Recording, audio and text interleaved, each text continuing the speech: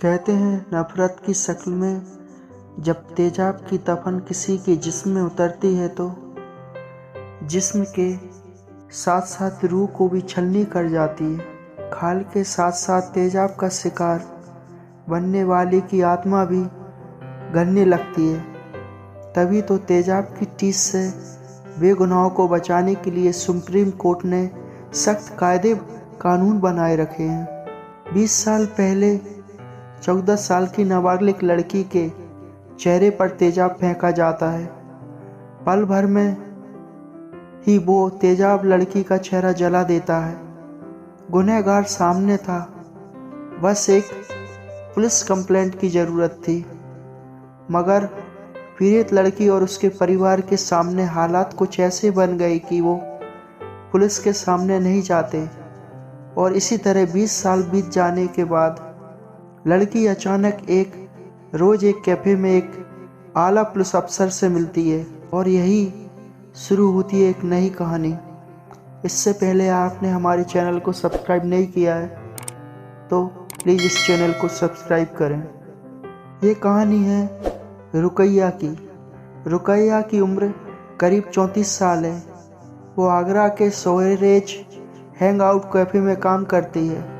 एक ऐसा कैफ़े जिसमें काम करने वाले सभी लोग एसिड अटैक सर्वाइवर हैं।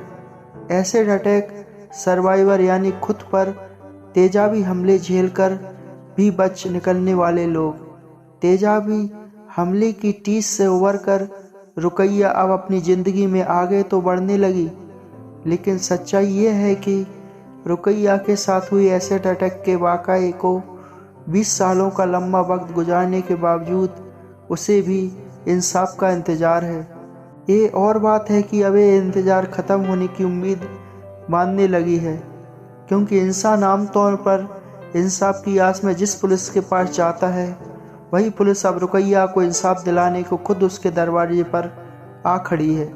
रुकैया पर हुए तेजाबी हमले और उसके 20 साल के दर्द को समझने के लिए अब इस कहानी को शुरू से समझने की ज़रूरत है। तो चलिए हम आपको सुनाते हैं एक सच्ची घटना।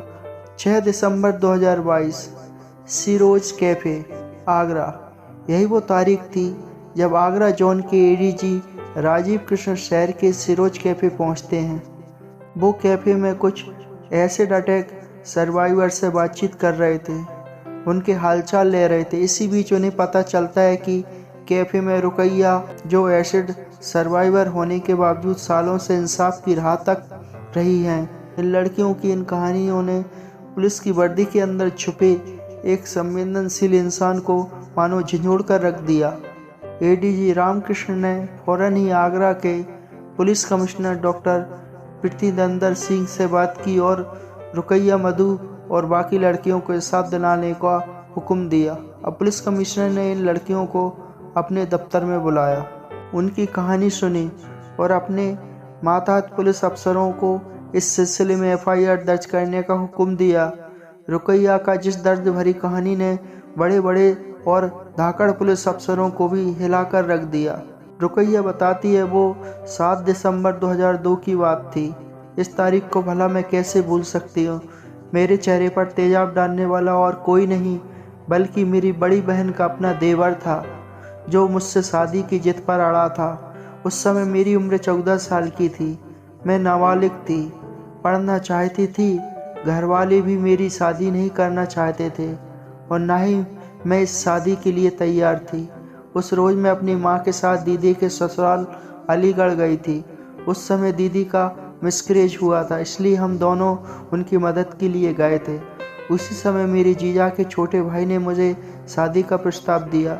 तब खुद उसकी उम्र 24 साल की थी। इस शादी के लिए मेरी माँ ने भी मना कर दी और मैंने भी। मेरी उम्र ही क्या थी उस समय।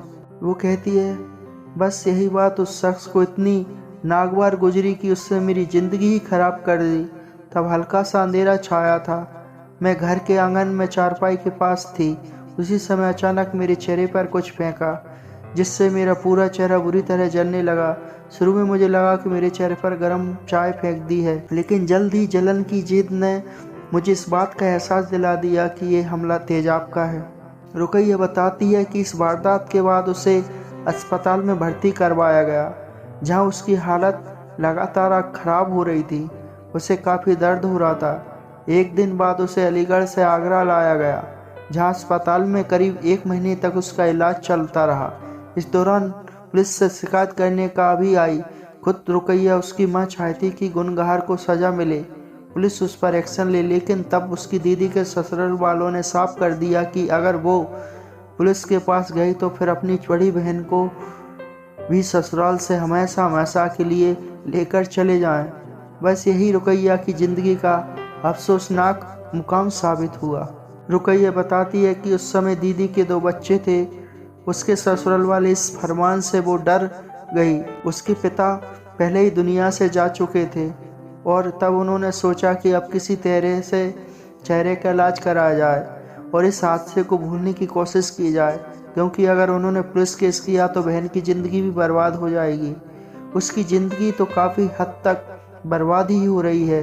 हालांकि रुकैया की माने तो इस बात का अफसोस हमेशा रहा कि उसे इतना तड़पाने वाला और उसके चेहरे पर कभी ना मिटने वाला दाग लगाने वाला शख्स को भी वो आज तक सज़ा नहीं दिला सकी, बल्कि सज़ा तो दूर पुलिस में एक शिकायत भी नहीं कर पाई। इस तरह वक्त गुजरता गया। उसकी भी शादी हुई, उसे अब एक बेटा भी है और फिलहाल वो पिछले कई सालों से आगरा के एसिड अटैक साइबर कैफ़े में नौकरी कर रही है। तो ये थी रुकैया की एक सच्ची दर्द भरी कहानी। न जाने ऐसे कई बहनें हैं जिस पर इतने सारे जुल्म हुए हैं। तो आशा करते हैं ये वीडियो अच्छा लगा हो तो लाइक करें, शेयर करें। फिर मिलेंगे एक नई वीडियो के साथ। धन्यवाद।